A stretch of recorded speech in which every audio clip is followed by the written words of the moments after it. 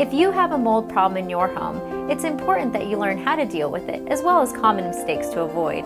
Today we're in Santa Rosa with Diamond Certified Expert Contributor Dave Keith of NorthBay Environmental to learn more. So you've got mold on your wall. What should you do? What I recommend is to put plastic on it.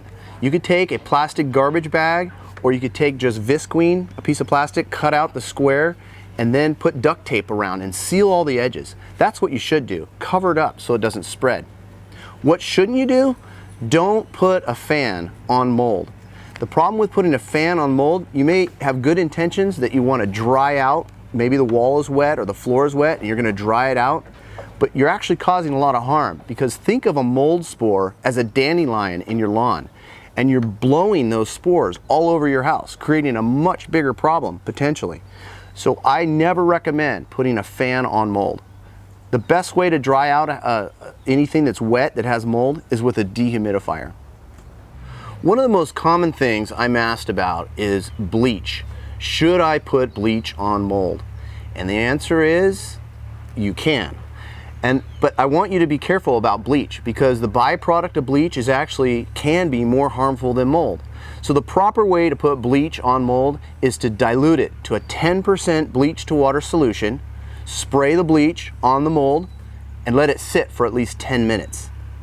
However, if you have mold on drywall, you put bleach on it, you can wipe it off, but that's like pulling weeds in your lawn.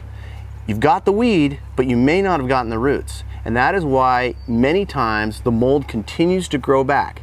In the county that we live in, humidity levels can be more than 60%, which is great for mold. So you can pull those weeds, you can get the surface of it, but the roots are still there in the drywall, and the mold can continue to grow even without a normal water source that may have been there, but with just humidity in the air. Another question I'm commonly asked is, should I test for mold? I want to know what kind of mold I have. And the answer is maybe. I don't always recommend testing for mold, because from a remediation standpoint, I don't care what kind of mold it is.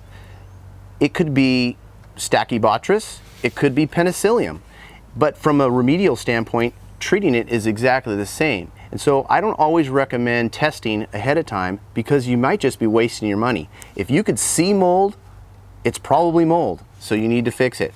There are a lot of test kits that are out there, and you send it off to a lab and you spend money and get it back and say, yep, it's mold. I could save you a lot of money by just saying it's probably mold. Let's get it taken care of and figure out the right way to do it. To learn more from local top-rated companies, visit our Diamond Certified Expert reports at experts.diamondcertified.org.